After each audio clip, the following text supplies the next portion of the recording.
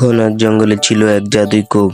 যদি তার পাশে কোনো প্রাণী যেত তবে তাকে সে আচমকাই উধাও করে দিত।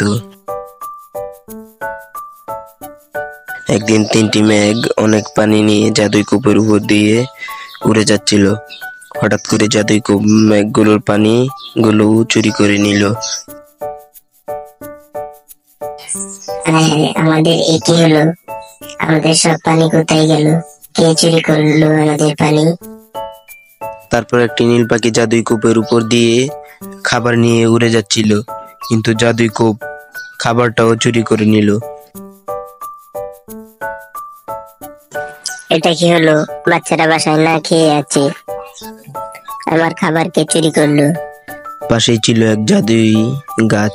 সে সবকিছু দেখার পর বলতে লাগলো, এই পাখি, তুমি কি এখানে নতুন এসেছো? তুমি কি এই কূপের বিষয়ে কিছুই জানো না? না গো গাছ ভাই, আমি তো কিছুই জানি না। কি হয়েছে এখানে? এটা হলো একটা জাদুই কূপ। ওর পাশ দিয়ে যে যায় তার থেকে ও কিছু না কিছু চুরি করে নেই, কারণ ওর কোনো বন্ধু নেই। আচ্ছা, আমাদের খাবার কি ফিরে পাওয়ার কোনো উপায় আছে?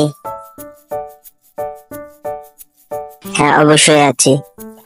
ওর সাথে বন্ধুত্ব করলে তোমাদের যা হারিয়েছে ও সবকিছু তোমাদের ফিরিয়ে দিবে। জাদুই কূপ, তুমি কি আমাদের সাথে বন্ধুত্ব করবে? কি বলছো নীল পাখি? তুমি কি আমার সাথে সত্যিই বন্ধুত্ব করতে চাও? শুধু নীল পাখি নয়, আমরা সবাই তোমার সাথে বন্ধুত্ব করতে চাই।